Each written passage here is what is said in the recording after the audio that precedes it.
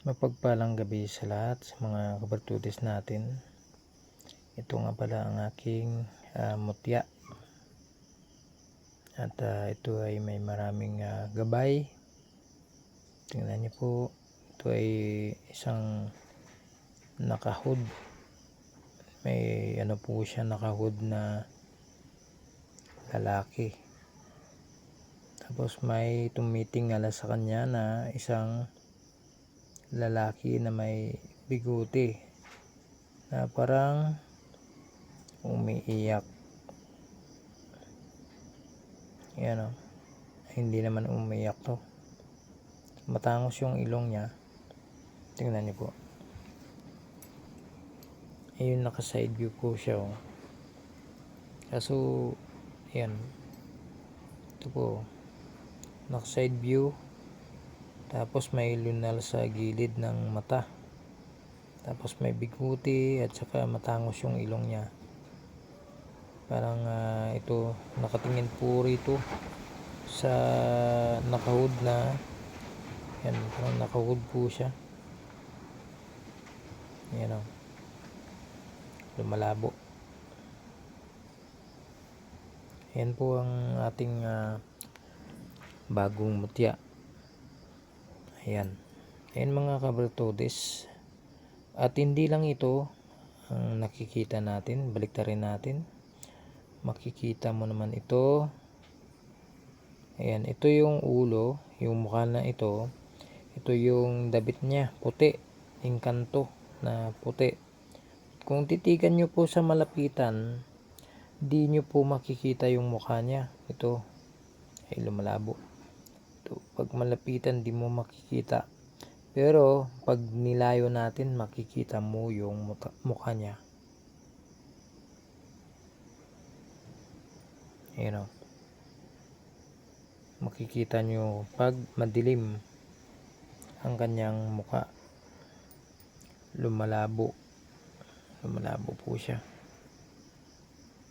Ayan o. Matangos ang ilong. Yung bibig nyo, tingnan nyo po. Sa malayuan po yan. Yan po ay engkanto na puti. Damit niya po yung puti.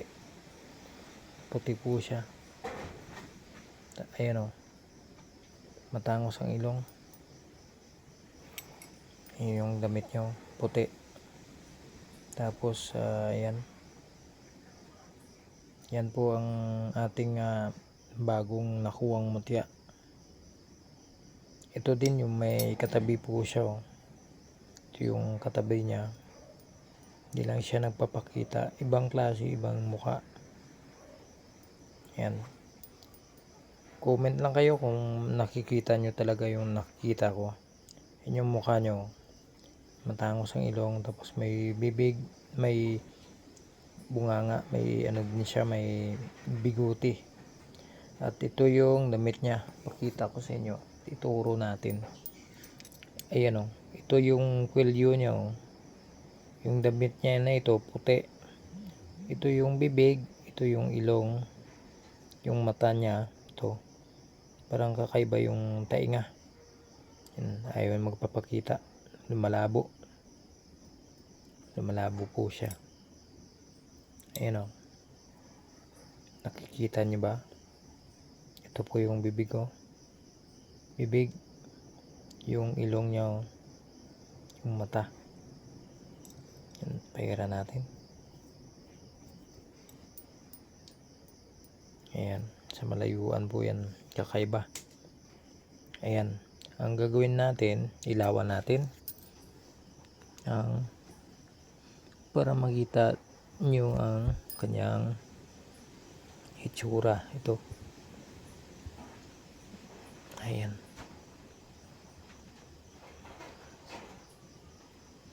Yan po ang itsura ng gabay. Ito yung nakahood. Ito yung nakatingalang tao. Ayan. Di ba? Maganda. Ito din maraming gabay oh. Maraming pong gabay dito.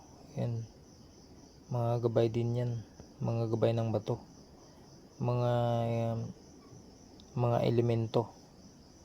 Ito parang naka-hood at tapos may nakaharap sa kanya. Ito naman, tingnan niyo po, maraming muka po yan.